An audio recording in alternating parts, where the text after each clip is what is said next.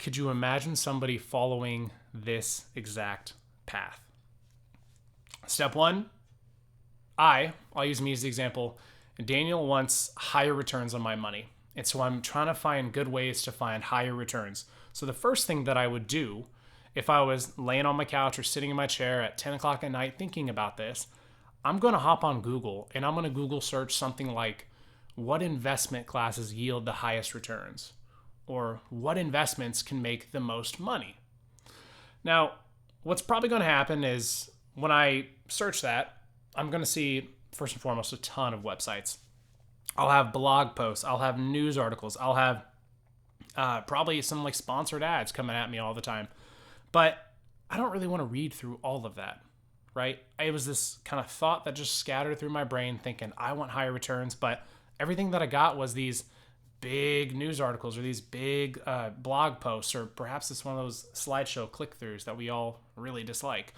So when I get bored with it and probably slightly frustrated, I'm going to just quit looking on the internet for an answer. And because it's a fleeting thought when it initially hit, I'm probably not going to follow up on it too much. Maybe I'll Google it a time or two, or maybe I'll go back to a website that did catch my attention. But that's probably the last time I'm ever going to search that for a while. Now, here's what happens though. After I get bored of looking for answers on the internet, I'm going to hop on social media. Now, this could be Instagram, could be Facebook, could be Snapchat, Twitter, LinkedIn, etc. Demographically, you're seeing a huge increase in TikTok usage. And one of the big misconceptions about TikTok as a whole is that it's only for the younger generation. I'm sure you've been hearing that. I know a lot of big-time marketers have been pounding their fist on this. But TikTok, it's a wave, right? It's not a one-hit wonder, you can call it. It's not going to be like a Vine where it's just going to come and go. It's not going to be like a Clubhouse where it's going to live and die and become a feature. TikTok is here to stay. So for most people, they're going to be hopping on TikTok. In my example, again, let's say I get bored and I hop on TikTok and I just mindlessly scroll, as we all will do every once in a while at least.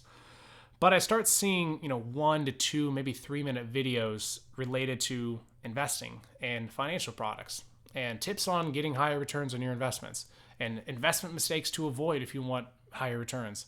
You start seeing these, right? That's the algorithm. That's why TikTok is so powerful. So imagine this. I see a video that you posted, and your video is all about 4 or 5 of your favorite investments, right? This isn't going to be investment advice, so we're going to draw a hard line here. None of this is blanketed investment advice. But you're talking about common investments, just educating, right? Evergreen content.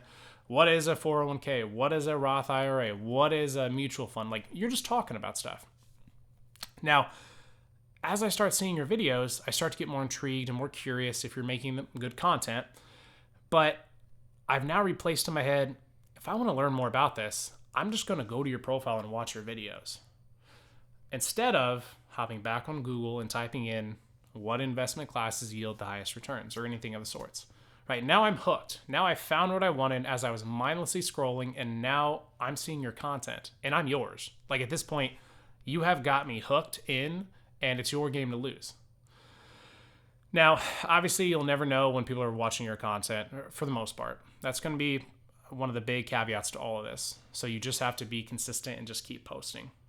But as I'm watching your videos, I see that, these are only 2-minute, 3-minute videos max. But you reference in your TikTok videos that you've got a YouTube page where you do this way more in depth. I see in your TikTok videos that you have a LinkedIn page or your company website. I basically find other avenues to find more information. That's step one of really converting a lead to a prospect to an eventual client, is piquing their interest in the cold phase. And in this example, that's what you've done. You've piqued my interest in that cold phase. So as I go onto YouTube to watch your 10, 15, 20-minute videos around that topic, I, again, get further down that rabbit hole. What you're posting about your content is really intriguing, really fascinating. So I fall into your lead funnel. This is where digital marketing takes over. you've built this brand, whether I just found it today or I found it for 6 months and I've never actually taken action.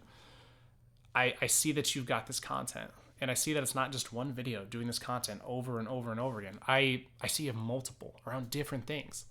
So my perception of you is they are knowledgeable. They're smart. The list can go on, but that becomes my perception. So when I go to your website, or when I register to attend one of your webinars, when I download that PDF or that white paper off your website, then you get my information. Now, for many prospects, and I could be that prospect, I might be actually really hungry to have an answer. So I might actually just set an appointment with you right then and there just because I saw your content. And I trust you enough to meet with you for that first time. But all in all, the point here is when you build that brand reputation, and I do think TikTok is where a lot of folks are going to be heading to that are not there yet. It's going to fill up fast, just like Facebook did, just like Instagram, just like Snapchat. It's not a fad. Especially, kind of putting A and B together for a simple equation. The younger demographic is more primarily on TikTok. They're more primarily on there. But that younger demographic is eventually going to become the client age that you're looking for. Whether you're looking for millennials, or you're looking for a Gen X, or anything, eventually they're going to be on there. And if you strictly work with retirees, baby boomers, they're finding their way on there too, right? And it's a very unsaturated marketplace for financial advisors. So as a millennial, by the way, if your demographic is the younger generation, we really value social capital. So that line I said of, when I see your profile that you have a lot of videos posted, that means a lot.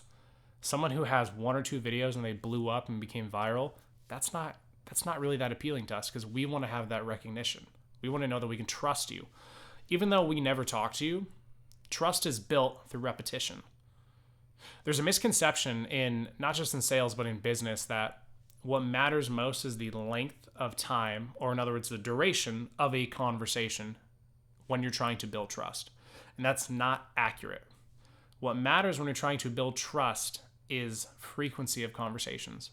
So in our case, one long video of 30 minutes that talks all about investing, and it's got different bookmarks, different chapters, that will not build as much social capital and trust and recognition with your primary demographic. Most likely, depending on that demographic, it's not going to build as much as having 10, 15, 20 smaller videos that people can watch over and over and over again.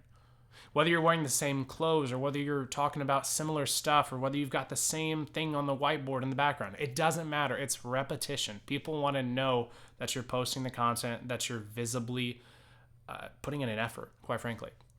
So we value social capital, and that content is key to your social capital.